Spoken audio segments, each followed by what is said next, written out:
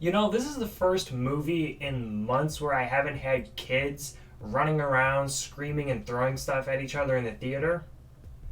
Just for that, this movie earned some bonus points. What's going on, guys? My name is Alex Szafranski, and welcome back to a brand new movie review on the channel. And today we are going to be reviewing The Conjuring, The Devil Made Me Do It. So, just so you guys know, this is going to be a non-spoiler review. So if you guys have not yet seen the movie, you guys are going to be free from spoilers in this video.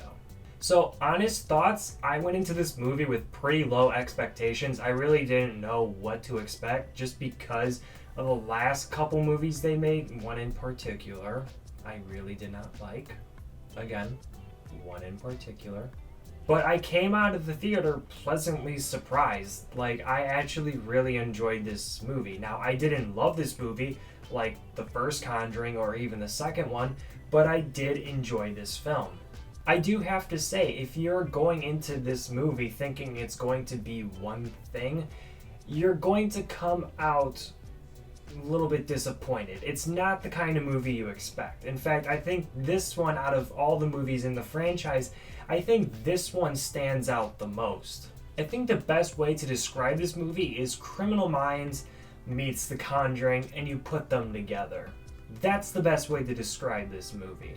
And in some parts of this movie, it works and it's fun and it's really scary. Some of the scenes in this movie are really, really intense, and some of the things that they show and have to investigate are really, really interesting. However, at some points in the movie, I feel like because they chose this investigation route, I think the movie kind of hurt itself in that way. In some parts of this movie, it's really, really slow, and sometimes I felt like I was kind of getting bored just because of how slow the story was progressing. However, with that being said, when the scenes were intense or when they were supposed to be scary, they were scary and they were intense. Now, I don't think this movie, in terms of scares, is up there. Personally, I found this movie to be scary, but I didn't think it was anything like the first Conjuring or even The Nun. I personally think The Nun and The Conjuring are the scariest ones in the franchise, and honestly, I didn't really find this movie too scary. I think it was horrifying. I think there are some really suspenseful scenes, but I didn't really find this movie to really be terrifying, if you know what I mean. I will say there's a lot of different things going on in this movie at the same time, and honestly, I have to say, I think they did a really good job at having multiple things going on at the same time. Like, at some points you have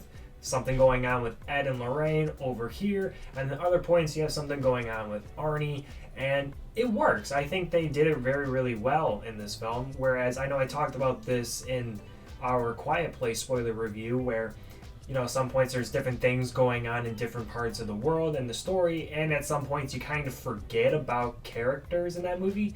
In this film, I didn't really feel like that. Like, there's parts in this movie where something's going on with Ed and Lorraine and it's really intense, but then in the back of my mind I'm also thinking, oh shit, what's going on with Arnie? And then they show Arnie and it goes back and forth like that, and they do it really, really well. And I didn't really feel like I was forgetting any characters at all in this movie.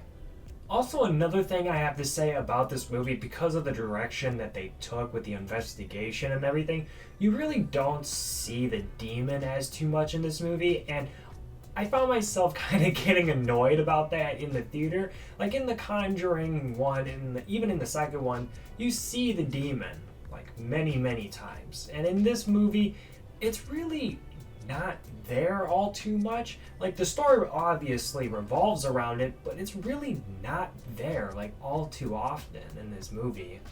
I can honestly only think of one scene in this movie where I see the demon as a whole, and I was just like, whoa, that looks so cool. And then at the end of the movie, when I was walking out, I was like, wow, I really wished I got to see more of you, because I really didn't. Once again, the characters and the acting and the casting and everything, once again in these movies, is just phenomenal. All of the actors did a phenomenal job of portraying their characters, and I honestly felt for Arnie in this movie. Like, I think if you guys will go into this movie, I think you guys are really going to feel for Arnie. I really, really enjoyed his character in this film, And this guy goes through a lot. I'm not gonna lie, he goes through a beating in this movie. But I really, really felt for him, and I connected with his character, as well as Ed and Lorraine. Once again, their love in this movie, once again, really, really shines. And I have to say, nothing wrong with characters and casting or anything in that sort in this movie. Once again, another phenomenal job in the universe with casting. But yeah, guys, I think honestly, if I were to give this movie a rating, I would give The Conjuring: The Devil Made Me Do It a 7 out of 10. I think in terms of the Conjuring universe, I think this is a good movie, but in terms of the third Conjuring movie, I really think this movie really suffered because of the direction that they took and the slow pace of the investigation of the witch and everything. So unfortunately, I cannot give this movie any more than a 7 out of 10. But that being said, I really did enjoy this movie, and I think that you guys, if you guys are a big fan of the Conjuring universe, I do think you guys are going to enjoy this film. But thank you guys so much for watching this video today, and I'll catch you guys in the next one. Peace, peace.